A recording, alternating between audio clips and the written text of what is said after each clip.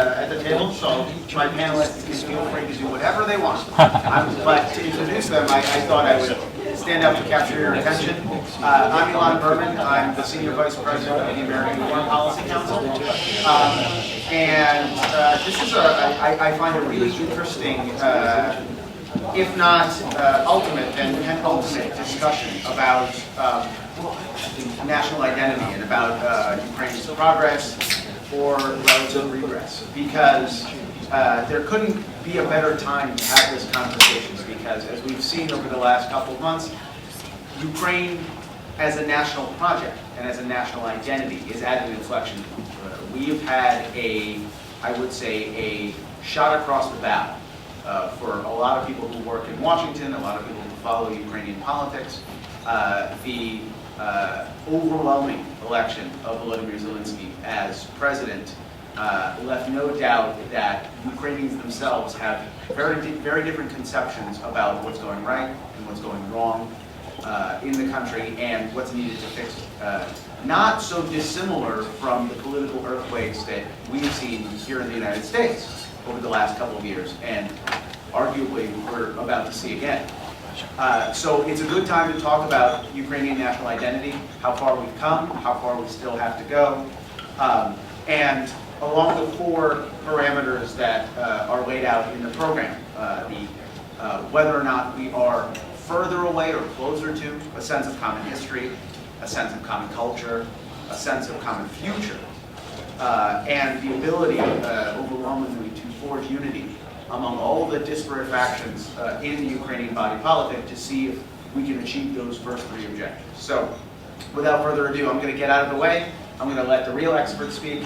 I'm going to introduce them now. You have their full bios in your program, but just in short, by way of introduction, speaking first will be Ostap, who is Special Advisor on Foreign Policy to Rada Speaker Andrei Kryvdyk, who I've known for a while now, and he is, in addition to being an all-around good guy, he is a journalist, an activist, and a leader in the Maidan. Second will be Kateryna Smagliy, who is a next-generation leader at Arizona State University's McCain Institute, and used to run the Kennedy Institute's Kiev office. And last but definitely not least is Hanna Abakunova, who is a postdoctoral fellow at Harvard University's Ukrainian Research Institute and holds a doctorate from the University of Sheffield in the UK. So, without further ado, guys, 10 minutes, and go. Let's stop. Thank you, Mr. Berman. The speech I'm going to deliver will be a mixture of the governmental policy and some sociological polling to see what is done and to see how people perceive it. So I'll speak on history, I'll speak on culture, I'll speak on common future, and I'll speak on unity of plurality. Firstly, we have to understand that the thing of national identity is a target of Russian hybrid war. And identity is targeted through, so history is a battlefield. Identity is a battlefield. And here, hearts and minds are targeted, and only then the tanks are coming. So, speaking of the actions, history. Institute of National Memory has done a very concise work, and since we are assessing only the last year, I'll look into some specific steps that Institute of National Memory has taken within the scope of the last year. So it was the year of the 100th anniversary of the Ukrainian Revolution, 85th anniversary of Holodomor, and the 5th anniversary of Revolution of Dignity. Institute has held 74 events in the scope of the last year. There is a statistics for the 2018, published 22 books on different matters.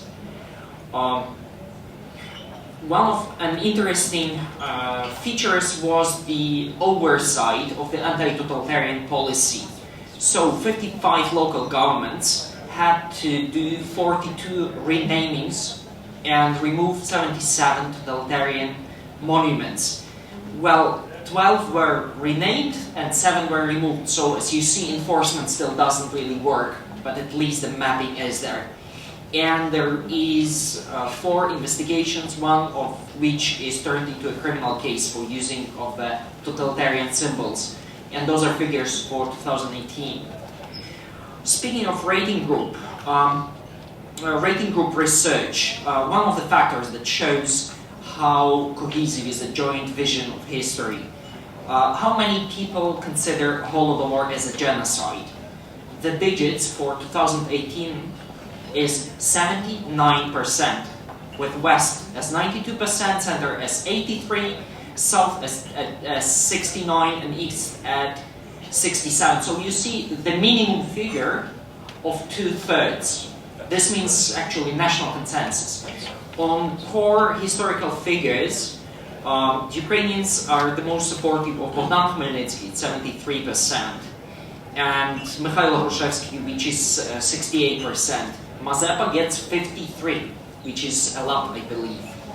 But also, if we look into other, say, Soviet background figures, Brezhnev still gets 47%, and Peter I gets 43%. So it speaks of a vagueness, so people can pick both one and the second. And if we look in Stepan Bandera's ratings, 36% support him, 34% are against.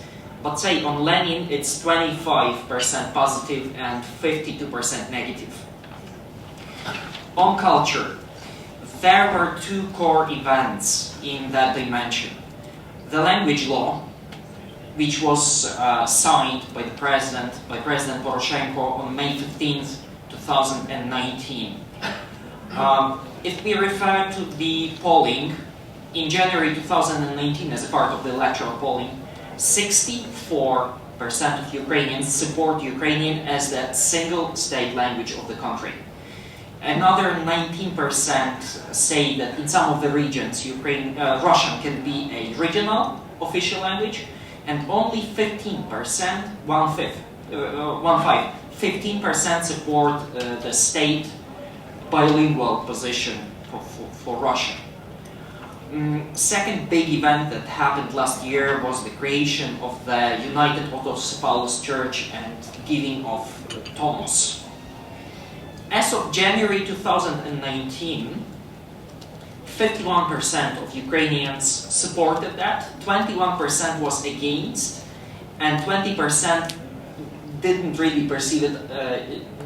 It was neither a negative nor positive for them. So half of Ukrainians do see this as a positive step.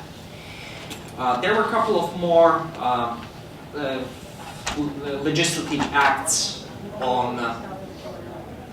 in this matter, and one of the important laws was a law to amend the law on religious freedoms, which clearly stated that churches which have center in the country which is legally recognized as an aggressor have to state that in the name of their structures in Ukraine.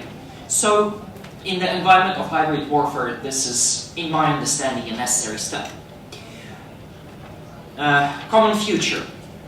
So here will be more sociology. Before the presidential election, 73%, and it was February, believed that Ukraine is moving in a wrong direction, and only 15% believe that Ukraine is moving in the right direction. There are no clear results as of now, but the feeling is that with the change of the president, optimism in society, whether it has grounds or not, but is much more present. People still think of major threats to Ukraine, which they see, and mass immigration, which was mentioned here, is put at 55%. And economic decline is a threat for 52%, and increasing poverty is at 47%. There is quite an interesting research which actually brought about a criminal case investigated by SBU, organized by the Kyiv International Institute of Sociology on the separatism in Western Ukraine. So they tried to measure whether Western Ukrainians would like to have an independent Western Ukraine or whatever. The digit of the support of independent Western Ukraine was 0.2, which is nothing. When, you know, polling usually has approximately 2% of margin, and 0.2 is not a result. With unitary Ukraine supported by 53% and decentralized Ukraine supported by 40%. So 57% of Ukrainians as of May 2019 support Ukraine's future in the European Union, 49% support Ukraine's future in NATO, with 19% opposing the EU and 23%, well, in the polling it was non-aligned, but actually it's against the NATO. Again, there is a vagueness in people's opinions, because say 50% of Ukrainians do believe that Ukraine should run a referendum on the future of the occupied territories in Donbass. And 65% of Ukrainians believe that Ukraine should go to a compromise while dealing with Putin regarding those territories, with 20% opposing. Another figure that I would like to mention is the level of patriotism, which is higher than 75% in West, Center, South and East. West is 85 and the lowest figure is 76% for the East. And support for independence now stands at 80%, comparing to 2012, which was 62. So you see the difference. Against Ukraine's independence, as of the research of August 2018, there are only 13%. And getting to the issue of unity out of plurality. Again, the same polling of August 2018 by rating polling agency says that the most popular way to define for the people of Ukraine is the citizen of Ukraine. In the West it's 67%, Center it's 74%, South it's 61%, and the East it's 55%. For instance, the ethnic description of people who live in Ukraine amounted only for 13%, and the Soviet description amounted for 3%, with higher rates in the East and the South, 11 and 13%.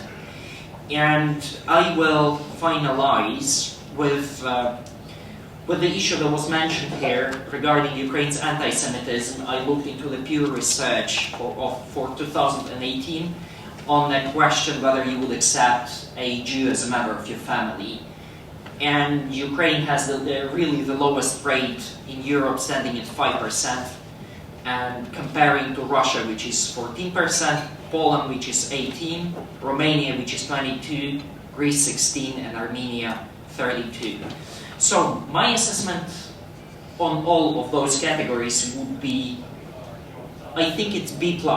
It's good and it's getting better. There are still some things which are troublesome, say the ratings of support for Peter the Great, but this is the longitude of that Soviet or Russian imperial consciousness, and there's a question whether this government will be ready to pursue the decommunization and decolonization policy to the extent the previous government did.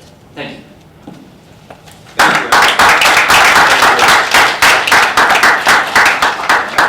Hard act to follow. Kateryna?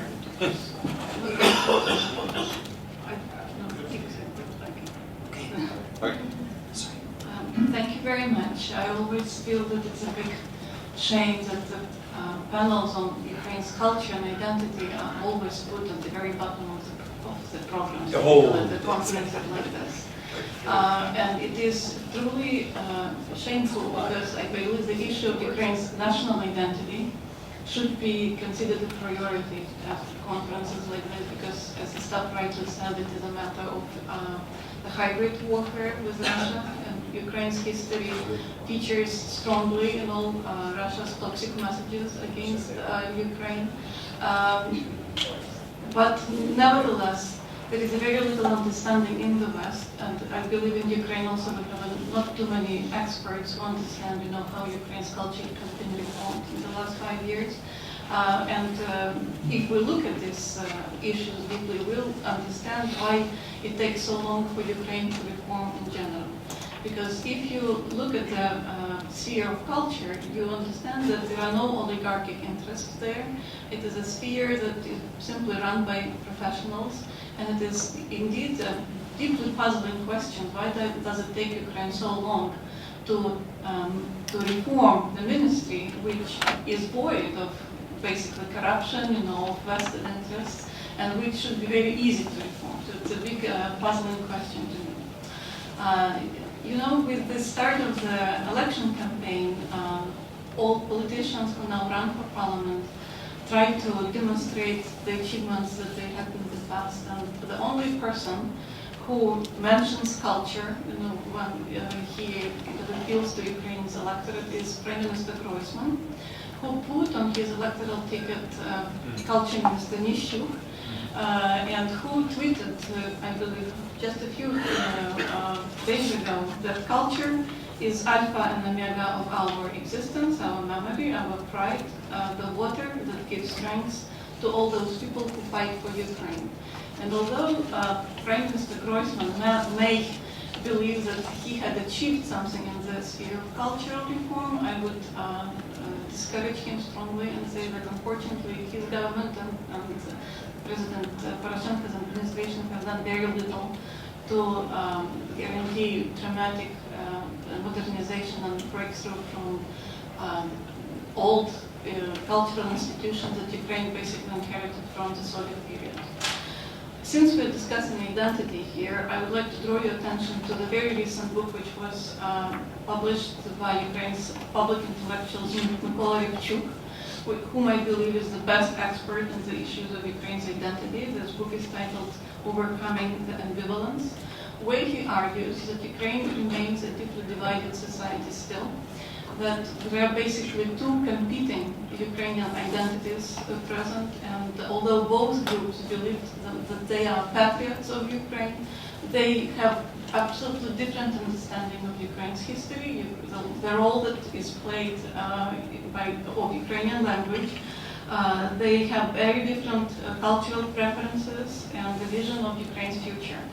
Different scholars give different definitions to this identity. You can call it either Ukrainian and Little Russians, Ukrainians or neo-Soviets, nationalists as opposed to anti-nationalists, ethnic Ukrainians or civic Ukrainians, Western Ukrainians, Eastern Ukrainians, Central European Ukrainians or post-Soviet Ukrainians, but nevertheless, these are two competing groups, and although during the previous panel we heard that President Zelensky with his landsliding victory of 73% demonstrates the unity of Ukrainian electorate, I would deeply disagree with this, because I believe that he won by not giving a single open press conferences and just avoiding the open discussion of the most sensitive issues of Ukraine, such as identity. And we understand now that his electorate is made of people with absolutely contrasting views, some of whom, as Ostap said, support NATO's integration, and others are categorically opposed.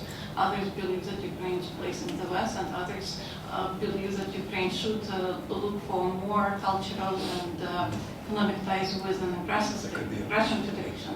And as soon as these issues will start being discussed more openly and Zelensky will be pressed to give answers to those questions, that's where his real problem with his electorate will begin.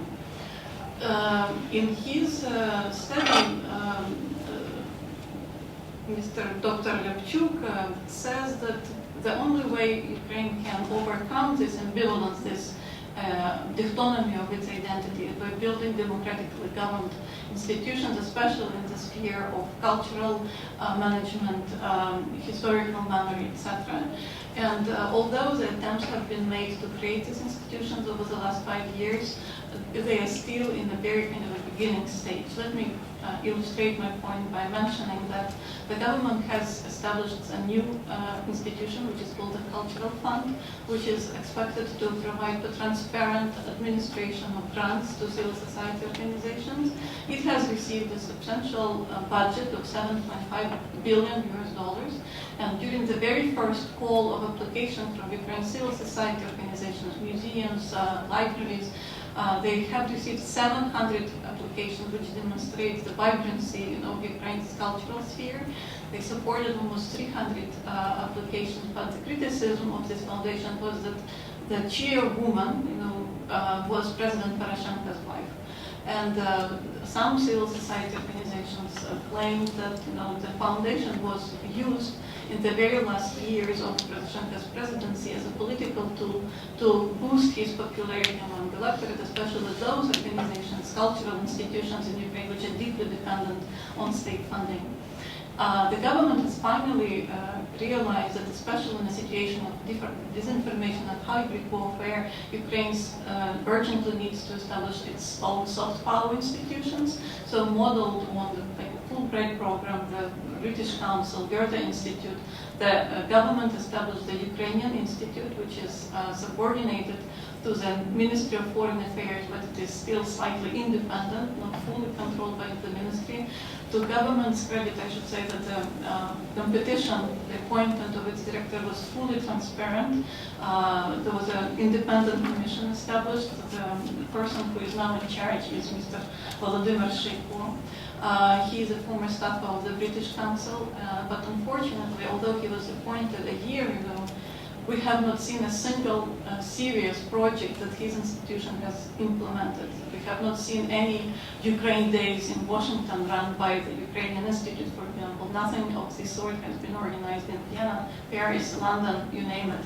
And when I discussed these issues even with Hanna, who was speaking here today, I realized that this institution is again plummeted with a lot of bureaucratic procedures, that the government does not give it a full support and the boost that it requires. Several ambitious projects have been launched in this field of new museum institutions. I must say that after President Yushchenko, who had been truly serious about such issues as Ukraine's national identity and supporting a lot of Ukrainian museums like the Baturin, for example, President Poroshenko also initially offered his political support to new institutions like the Museum of Maidan, for example, which also got a very strong director, former Fulbright scholar, Igor Pashevayev, one of the best museum professionals in Ukraine.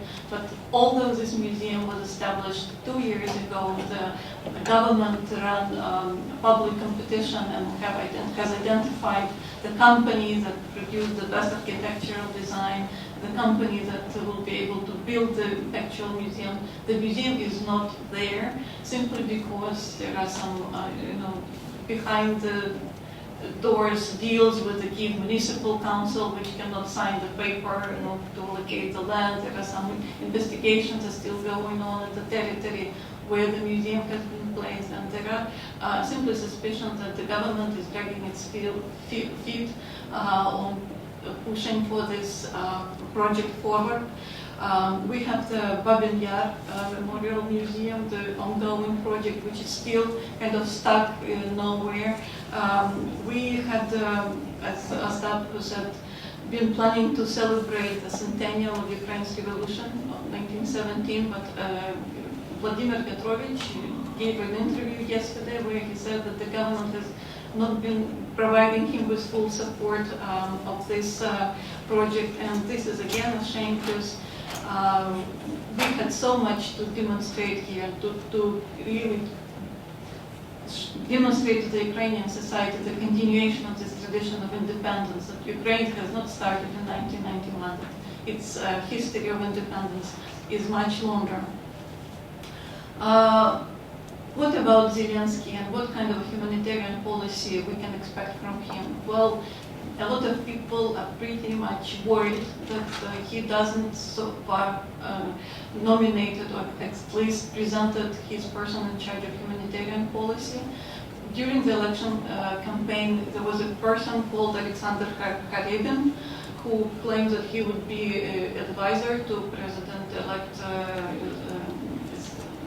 Zelensky. Among the most hilarious statements that he made, that the Soviet Union has some value and that we should kind of revive the legacy of the Soviet Union. This interview caused a lot of outcry among Ukrainian civil society organizations and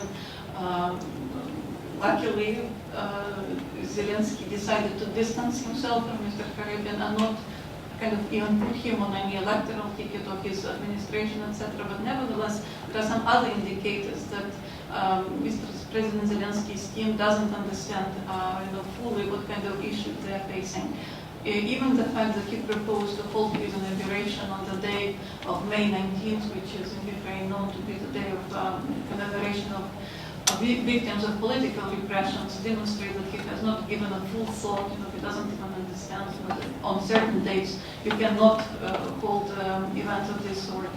When authorities in Kharkiv just recently proposed to rename once again the prospect of Zhukov, the prospect of General Grigorenko into prospect of Zhukov. Zhukov, this is a previous name of this avenue, which was renamed as a result of decommunization. No one in Zelensky's team condemned this act. They pretended again that they typically do, that the electorate there should be some sort of a referendum or local population has decided things like this. And again, Vladimir Petrovich, I can see it, thank you. Vladimir Petrovich made a very strong statement saying that there will be no rollback and we will not let you return to, or at least question, the value of the decommunization process in Ukraine. There are other indicators that Mr. Zelensky's team may want to amend the law on Ukrainian language. For example, Mr. Shafir, who is now his advisor and a former manager of Kvartal 95, he already in one of his interviews said that we should reconsider this language and probably amend some of its articles. And this is a truly worrying sign, especially if we understand that the opposition bloc now enjoys a pretty high popularity rating of more than 10%. And some most prominent members of the opposition bloc, like Mikhail Dobkin, they already publicly saying that decommunization laws have to be abolished, that the Institute of National Memory, its policies have to be reconsidered, that the language law has to be also abolished, and they make these issues their priorities. Unfortunately, I'm a little bit pessimistic about the future of the Ukraine's nation building process under President Zelensky.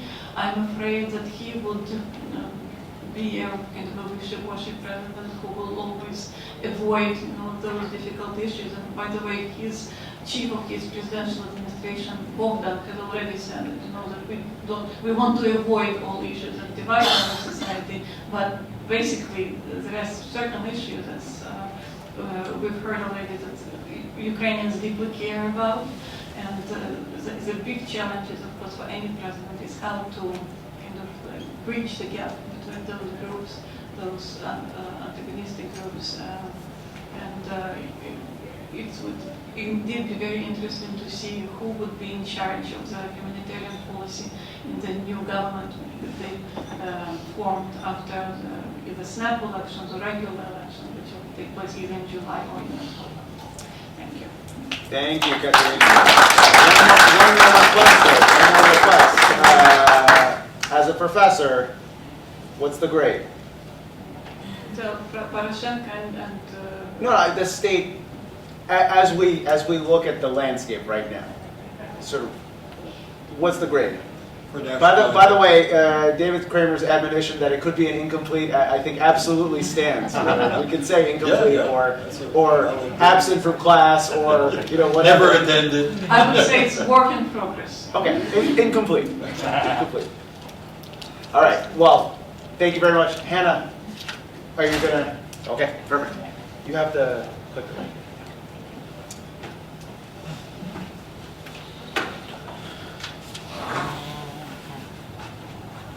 Hello everybody, can you hear me? Yeah. I'm very happy to be here. Thank you, Mr. Zaritsky, for the invitation. And I'm a historian and a researcher of the Holocaust in Ukraine, the topic in which interethnic relations, as well as the sense of common coexistence and common historical memory, are revealed in the sharpest possible way. And my evaluation will be from the perspective of historian. I never worked in any political institution, so I try not to be biased in a positive or negative way for or against Ukraine. And my evaluation of the situation is based on various research data and my personal observation. I want to build my case based on 4 case studies: Jewish, Roma, Polish, and Crimean Tatars. In order to build the Ukrainian state, where everyone has equal opportunities and feel common responsibility for the future, I think Ukraine has to pay more attention to the integration of different groups of people, including various minorities. Unfortunately, all politics of memory of the state up to date is built in such a way to emphasize Ukrainian history, not as the common history, but from the ethnic point of view.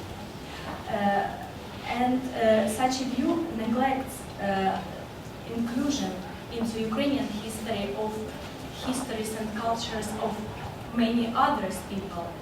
Some of them are indigenous people in Ukraine, such as Crimean Tatars, Roma, or Jews. For example, the Jews started to live in Ukraine in 9th century, around the time when Ukraine started to build first statehood. Ukrainians started to form their first statehood. So the Jews are indigenous people in Ukraine in the same way as Ukrainians. Today, the Jewish community in Ukraine, according to the World Jewish Congress, constitutes the 3rd biggest Jewish community in Europe and the 5th largest in the world. And this is despite the Holocaust, where during which between 70 and 80% of the Jewish population was exterminated. So the Jewish life now we see started to revive again in Ukraine, particularly last years. The Poles, for example, resides in Ukraine from 11th century. They're not indigenous people, but Polish case is very important because Poland is our closest neighbor, and in fight against another neighbor, Russia, Poland is one of the most important countries. However, the relationship between Ukraine and Poland now are not so good, and why? It's also because of historical memory and the sense of identity. Another case, Roma, or as usually in Ukraine people call them gypsies, arrived in Ukrainian lands in early 15th century and have vast community developing in Ukrainian state today. Crimean Tatars are indigenous people in Crimea since 13th century, and Jews, Poles, and Crimean Tatars have the biggest impact within Ukrainian state and outside as well. And why I took case studies of Roma, because it's the most problematic minority group. So my evaluation is interlaced with previous panel on inter-ethnic relations as well. So the history and culture of these people and others whom I didn't mention are presented in Ukraine as the culture of others, non-Ukrainians. It was observed well during the election competition, when there were several cases reported on anti-Semitism and xenophobia against Poroshenko, Tymoshenko, and Zelensky. They were accused that they are Żydomasons. Again, Jews ruled the world and through Ukraine without any background. Okay, we know that Zelensky is a Jew, but such expressions towards different nationalities, it's just impossible in democratic state. Moreover, none of them was investigated well. I mean, they were investigated, but their organizers of actions were not punished. The relationship with Poland and Poles are seen very negative today. And the root is lying again in historical memory and common identity. For example, Ukrainian Institute of National Memory stopped to give permission for searching Polish tombs of Poles who were killed during the Second World War on the territory of Ukraine. It happened in April 2017. Since then, the relationship between Ukraine and Poland started to be in the stage of paralyzed relationship. Both presidents, Poroshenko and Duda, visited countries, but they never organized common commemoration, either Ukrainians or Polish. And by the way, Poroshenko's visit to Poland was in 2016, considering that this is our closest and most reliable partner in the past, and still it's such attitude to the country is impossible. At the same time, in academia, we don't see any studies of Ukrainian-Polish relations. Now, in internet, we have a lot of so-called experts and bloggers who claim their point of view. But on academic level, we have just a few researchers. Whereas in Poland, a couple of institutions have program for studying Ukraine. I mean Ukrainian history, Ukrainian culture, economics, and so on. The entire Roma tendencies are extremely active in Ukraine, and entire Gypsyism increased drastically for the last 2-3 years. Not only vandalism, but also physical violence started to be used against the Roma. Occasionally in 2016-17, but since 2018 on constant basis. And a couple of pogroms occurred in Odessa, Kharkiv, Ternopil, Lviv. None of them, except Lviv, was not investigated well. None organizers were punished, except Lviv case. Why such tendency occurs? The xenophobia derives from negative stereotypes. Such stereotypes were formed and are forming into society through centuries, and based on the lack of knowledge about others and cultures of others. To live together with other people, we don't know them. I mean, I say we because I am Ukrainian as well. Textbooks for public secondary schools contribute to these stereotypes by presenting people of non-Ukrainian identity as enemies. For example, like Crimean Tatars who helped Turks to conquer Ukraine, or like Polish people who fought against Ukraine. Or sometimes they just don't mention, for example, Roma are not mentioned, Jews mentioned in a couple of lines. Whereas in Europe, in Northern America, the Holocaust is the main subject of study.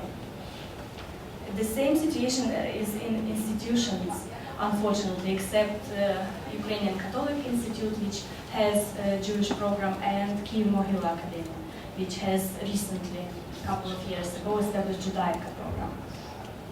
Thus, the history of Ukraine has an image of homogeneous history of ethnic Ukrainians and excludes histories of others, who together with Ukrainians were building the statehood and nationhood and survived common tragedies, suffered from common misunderstanding as well. But this can be changed. It can be changed not in very long perspective, but very soon. It depends on political will and activity of the state and NGOs. If Ukraine will choose and follow an inclusive model of historical memory, that would present Ukrainian history and culture as pluralistic. I do not mean assimilation or dissolution of other minorities or ethnic people with other ethnic or religious background, but building of common history with inclusion of others' culture, religions, and traditions. So to find common points is not difficult. And they're lying in recent history. We don't need to go so far.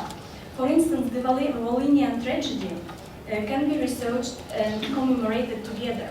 And Ukrainians can make a first step to invite Poles who live within Ukraine and outside Ukraine to commemorate together Ukrainian victims and Polish victims. And some NGOs do it. However, on the state level, they don't find much support. Some steps Ukraine can take towards recognition of bitter past in its history. Nevertheless, it's again looking from one side. I'm talking about the Holocaust and participation of Ukrainians in killing of the Jews and Roma during the Holocaust. Now we have a couple of researchers from Ukraine and from diaspora about collaboration of Ukrainians, and it's very good to recognize that our guilt and our bitter past. But at the same time, nobody talks about rescuing of Jews and Roma, but the same Ukrainians. And sometimes it's mentioning during conferences, but in couloirs, not publicly. However, this is also our past. And Ukraine and Poland are two countries who have the biggest number of collaborators, but also the biggest number of rescuers. However, in Poland, in France, in the Netherlands, there were special committees established to find such people and to record interviews with them. In Ukraine, nothing has been done so far. And there was initiative of just NGOs or personal initiative to find such people. And anyway, we have 2,600 righteous among the nations, according to Yad Vashem today. If we would have such program to find rescuers and to pay attention to this aspect, it would bring us different perspective to Ukraine. And can I have 2 more minutes? Thank you. I wanted also to point out that Crimean Tatars' experience in deportations in 1944 organized by Stalin also can be considered and be comparative to what Ukrainians suffered from the Soviet regime. And here we also see common past. Crimean Tatars and Jews were fighting against the Soviet regime along with Ukrainians for the independent Ukrainian state, and they became dissidents. Mustafa Djemilov, Simeon Gluzman, and many others who were imprisoned in the 60s, 70s, along with other Ukrainians. Yes. Many names. I just don't want to, it's a long list. And it means they understood the common past and common future in building of independent Ukraine. But now I talked about only negative parts. Not everything is so bad. There are many things that are done well. And for example, the Association of Jewish Organizations and Communities of Ukraine publishes the report about the situation on anti-Semitism and xenophobia in Ukraine. They publish this report annually. And I know experts personally who research this topic through years and monitor every case. They know, they have connections and clients in regions and other cities, so they really very well know the situation. So the report consists of several parts, including violence based on hatred, vandalism, based on hatred, anti-Semitism, xenophobia against the Roma, homophobia, activity of the state and security organs, activity of the civil society, and the evaluation of the situation by international organizations. So in 2018, there was no violence based on anti-Semitism hatred. Yes. And there were only 12 cases of vandalism. That is twice less than in 2017. I also monitored every month of 2019, and I find every month 2-3 cases of vandalism based on anti-Semitism, but no violence. However, anti-Gypsyism raised drastically, as I already mentioned. On the other hand, NGOs really do a lot. Roma NGOs cooperate with different organizations and European Council. And for example, just in spring, two Roma NGO, Roman and Chirikli, created the Atlas of the Roma in Donetsk Oblast. It's the first atlas with all settlements of Roma in Ukraine, and they did it in cooperation with Donetsk administration. That is great, because it's like first effort of cooperation of NGO, state, and international organizations. Another example is the program Protecting Memory, on erecting monuments and commemoration of the Jewish and Roma victims of the Holocaust in Western Ukraine, which is done by Ukrainian Center for Holocaust Studies in Kyiv and funded by Germany, unfortunately not by Ukraine. And as a conclusion, I can say that there is a lot of efforts to create a common sense of history, culture and future in Ukraine. However, the most attention in historical and cultural projects is paid to Western Ukraine, particularly Lviv, Chernivtsi, Rivne, or Kyiv, and much less attention paid to Southern Ukraine, Eastern Ukraine, and even Central Ukraine beyond Kyiv. It's understandable because of historical and cultural heritage, but also it would be good to do something not only in Western Ukraine.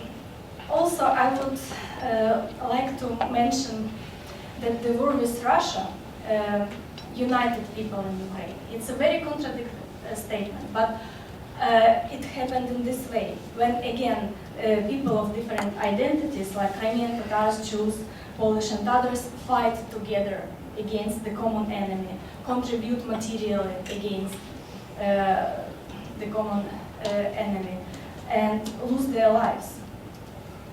And Roma organizations also try to help Roma in Ukrainian Donbass under occupation. They travel there regularly.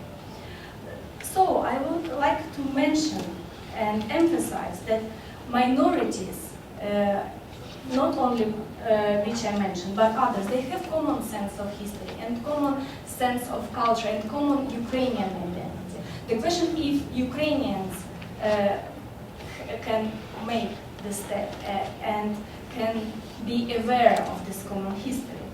I have a couple of pictures for the end. This is a Jewish school which I finished and in which I taught. This picture is from May 2019. As you see, Jewish people, they are dressed in Ukrainian dresses and dance Ukrainian hopar. It was not an order of somebody. It was just initiative of the teacher of Ukrainian language and literature. And Jewish administration supported it. And Jewish students really inspired by this. And you see kippas on the head of the boys, but also bulava in their hands. So, the vision of the activists and ordinary people is that they are Ukrainians, but also they are Roma, Jewish, Poles and others. They want to be proud that they are Ukrainians, but also they want to be proud that they are Jews or Crimean Tatars, and say they are originally, but also create unity out of plurality, that everyone could preserve own identity, culture, but also have sense of common history. To achieve it, Ukrainians have to make a first step and establish research centers and programs with educational and cultural components at world-famous universities such as Columbia University, Harvard University, and other universities in Northern America and Europe.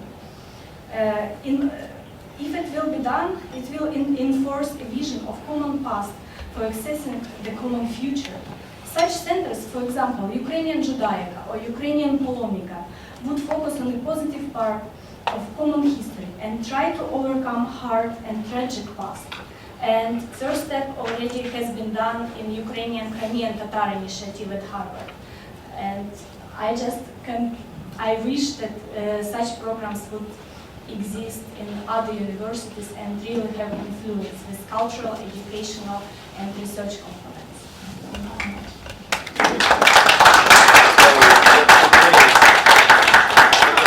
So, great. I would grade separately the state and the civil society, and what I mean by civil society, NGOs and personal initiative. For the state, I would say, no, I'm very optimistic, I would say B1, B minus, I have British system, sorry, B minus, because last year state started to bring attention and to give first steps and cooperate with different organizations and create something common like exhibitions or educational materials. But still, it's just first step, and always it's initiated by NGO. But for civil society, I would say A-, because they're doing really well and a lot. Of course, they can do more, that's fine with me. Thank you. My most important duty, as Walter always reminds me, is to keep the trains running on time. So we have time for 1 or 2 questions from the audience. If not, I can filibuster all day long. But oh, perfect.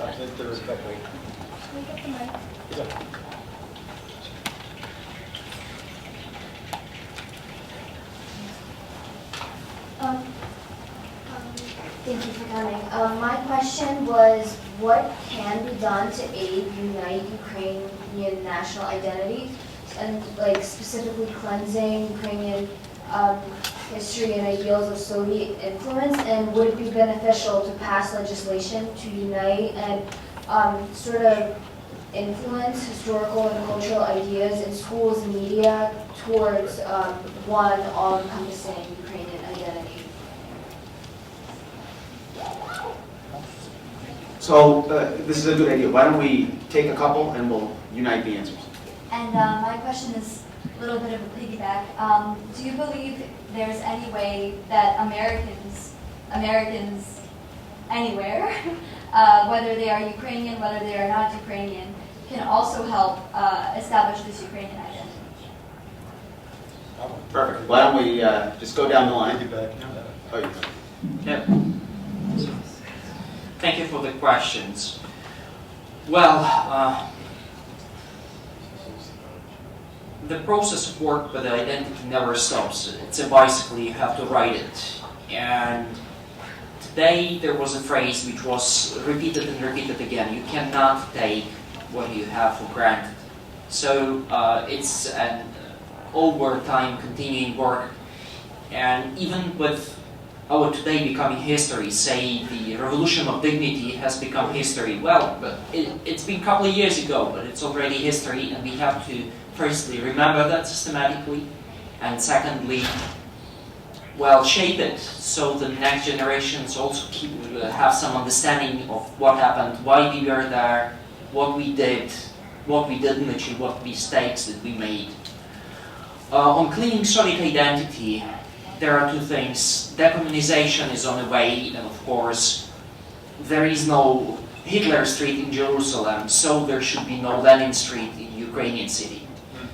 And the same means to the Soviet Ribbentrops, Goebbels, and all the other smaller Soviet criminals, including Jurkiw, which is now a very troublesome case, I'd say. And in the legislation, I think this is a question of a proper policy making. And here I'll connect it to the second question. America is good at policy making. Policy making is how? So there is a great idea, but how to implement it? How to build the institutions capable of doing it? How to budget that? How to create a momentum? So how to build a schedule? So here comes the answer. I think this is a resource that Ukraine can use from the diaspora, those culture managers of a global scale, getting them invited, the global Ukrainians coming to Ukraine and bringing Ukrainian projects to the global level. Okay, you ask all the difficult questions. You know, on the day when the Rada voted for decommunization laws, Vladimir Petrovich on his Facebook page wrote, "I lived my life has not been in vain." And I truly believe that on the day when he wrote this, he was absolutely sincere. Well, today he has announced that he runs for parliament on ex-President Poroshenko's electoral ticket. I think it is clear that he understands that his role as a director of the Institute of National Memory is over. He understands that he won't be able to work under President Zelensky, and that is why he is simply finding for himself a safe haven, and that he will probably fight for ideas that he believes in, but now as a politician. Is it a good thing? Is it a bad thing? On the one hand, it is a good thing because at least he won't disappear from the Ukrainian political spectrum and he would be able to move on with the decommunization agenda. But on the other hand, I believe that we already observed that there will be a huge void and that in Zelensky's administration there won't be an individual who would as passionately fight for this decommunization agenda. However, given full credit to Vladimir Petrovich's efforts, I have to say that he has been inconsistent and sometimes superficial in implementation of his decommunization policies. Because Ostap, when he started his presentation, he listed the great number of events that have been hosted by the Institute of National Memory. The question is not how many, but for whom, how many people attended them, whether they've been simply for the narrow circle of historians interested in the subject, or whether they have indeed engaged broader audiences. They've been throughout Ukraine in many regions, engaging young people, senior people in a very serious and comprehensive debate of what do we mean by decommunization. Is it simply just changing the name, changing the flag, putting off the Soviet symbol? Or do we change ourselves? Do we change our habits? Do we change our values? Do we change our whole and how we think about the enemy? I haven't been in Ukraine for 8 months because I've been here on fellowship in the United States, and I visited Kiev 2 weeks ago. The first thing that shocked me the day that I landed at the Paris airport is how completely Russified the city of Kiev is. Yes, if you speak Ukrainian to people, especially civil servants, they switch into Ukrainian, but they would never, even in state institutions, they will never speak Ukrainian language first. This is a big problem. Ostap praised the government of Ukraine and the parliament for adopting the Ukrainian language law. The question that I ask myself is why this law has been adopted simply and signed by President Poroshenko just a few days before he left the presidential office. If his whole term in office was built on the understanding of the disinformation, hybrid warfare with Russian Federation, you have to mark your boundaries, you have to demarcate your state. And the question of language is extremely important because when there is no demarcation line, this only encourages the aggressor to move forward. I can of course continue, but my biggest concern is that unfortunately, as beautiful as the year of decommunization has been, it has not been deeply thought over, and it has to be supplemented by decolonization policies. I was going to ask. Well, let me let Hanna weigh in first, and then, Mr. Chairman, you get the last word. Okay, no, I'm going to ask a last question. I'm going to try to ask a question. I think the diaspora helps and will help Ukraine, and I truly believe that without intellectual, first of all, help of diaspora, contemporary Ukraine wouldn't exist. Because such sources which diaspora brings to Ukraine just overwhelming, and Ukraine just have to use. And sometimes we don't need to create new laws. We have to implement wisely and following existing laws. In Ukraine we have many good laws, and the same decommunization, which Dr. Smagliy taught, if it would be done in a proper way, it would bring different results. And the question of language is the question of generations. Next generation after us will speak only Ukrainian probably, and neighbors will be complaining that they don't understand Russian at all.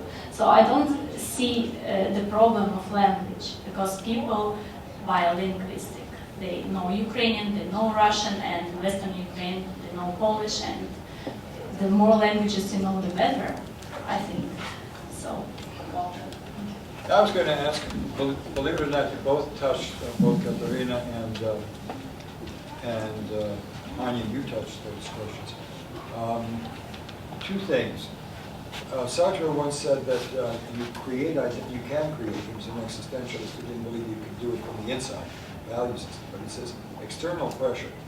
To what extent, finally, as a final question, to what extent do you think that the Russian aggression, I'm going to call it that external pressure, has it had a serious impact on how even those Russian-speaking soldiers that are defending our Donbass at this point, the Ukrainians, how has it formed the Ukrainian identity? Has it?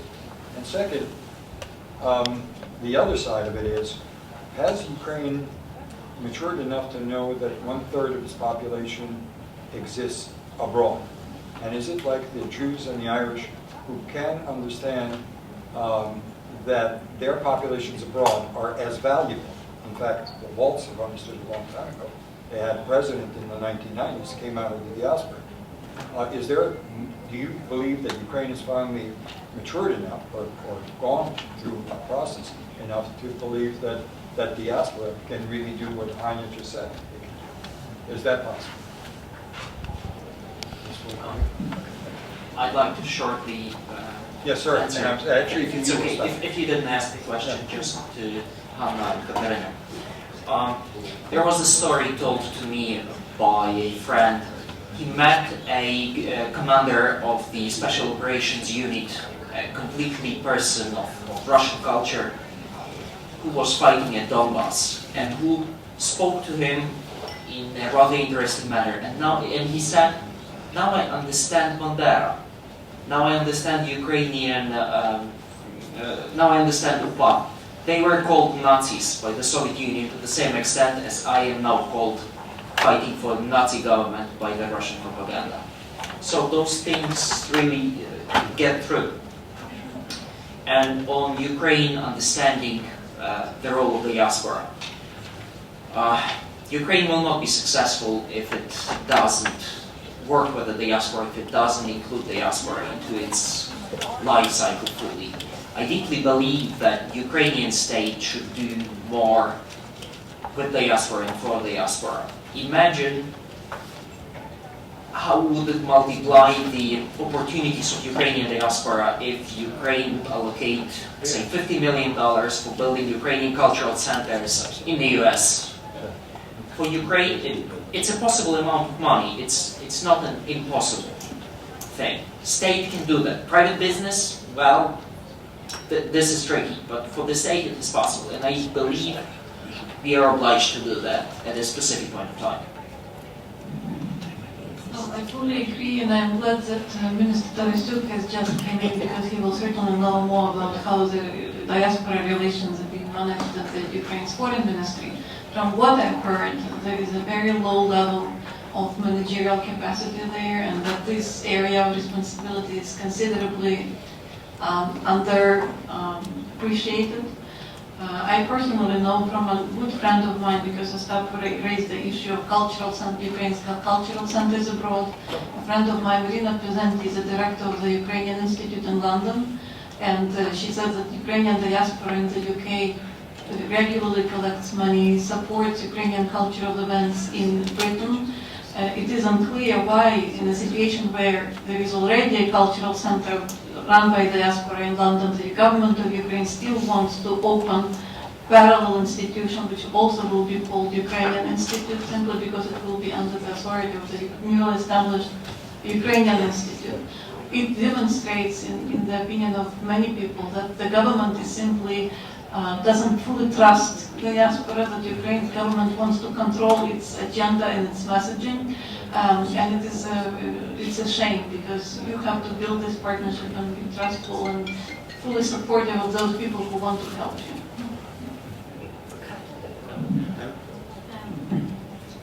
I would just tell one case about my friend who was very pro-Russian, pro-Soviet, I would say, and Russian speaker, and calling Organization of Ukrainian Nationalists Nazis, and all stereotypes which are possible for the Soviet person. And then this person arrived for academic fellowship to the United States and started to have contacts with diaspora people. He returned in 9 months, and he is absolutely different person. And now when the war started, he is very patriotic. He teaches only in Ukrainian, even if he can do it in Russian, still he prefers Ukrainian. So what I wanted to emphasize the importance of academic and student exchange programs between diaspora and Ukraine. Well, thank you all. This has been a fantastic. Oh, there is one more question. Yeah. From Nigel. Well, That's been sorry. waiting a long time. It's not a question, or maybe it is. Why do we fall into the trap of the weaponization of the language issue? That is the propaganda and disinformation from Moscow. I'll just point out one thing. We have seen many documentary films regarding the war. And I would say 3/4 of the people interviewed or more are Russian speakers. So let's not fall into the trap. It's a false one. Thank you. So I think that's more statement than question, so we'll leave it there. I see that our next speaker is here, so without further ado, again, right, my most important job is to keep the trains running on